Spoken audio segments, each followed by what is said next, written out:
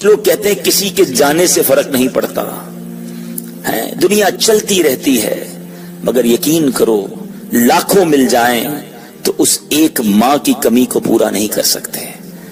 ماں وہ عظیم ہستی ہے جس کا حق ادا کرنا تو دور کی بات ہے، اس کے بارے میں سوچا بھی نہیں جا سکتا۔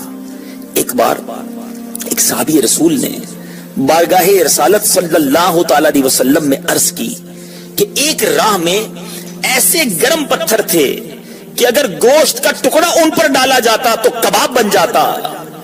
میں اپنی ماں کو گردن پر سوار کر کے 6 میل تقریباً یہ 9.5 کلومیٹر بنتا ہے، ایگزیکٹلی 9.65 کلومیٹر بنتا ہے۔ وہ کہتے ہیں میں 6 میل ایسے گرم راستے پر، اتنے مشکل راستے پر اپنی ماں کو کاندھے پر بٹھا کر لے گیا ہوں۔ کیا میں نے اپنی ماں کا حق ادا کر دیا ہے؟ اپنی ماں کے حقوق سے فارغ ہو گیا ہوں؟ اے وہ لوگوں جو ماں باپ سے کہتے ہو اب اور کیا دوں آپ کو، گھر تو دلا دیا نا، ماہانہ پیسے تو بھیج دیتا ہوں، ارے آپ کو کھانے بھی دے دیتا ہوں، جب چاہیے ہوتا ہے کپڑا بھی دے دیتا ہوں، اور میں آپ کے لیے کیا کروں؟ نبی پاک کا جواب سنیے گا۔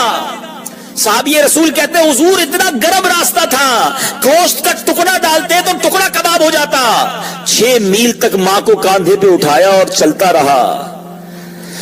کیا حق ادا ہو گیا؟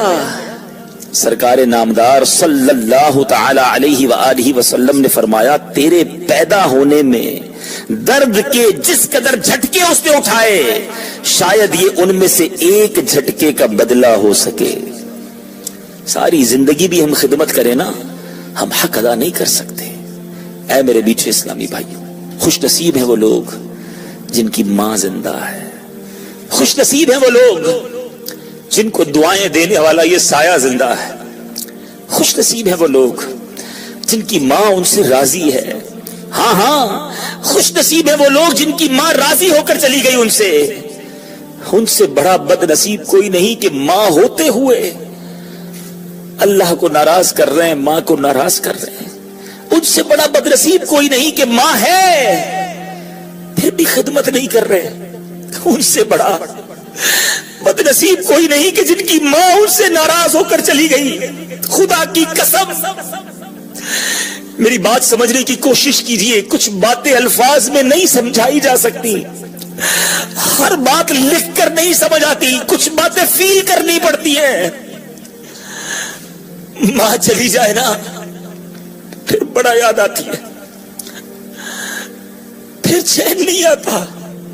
کون ہے کہ جس کی گود میں جا کے بیٹا سر رکھے؟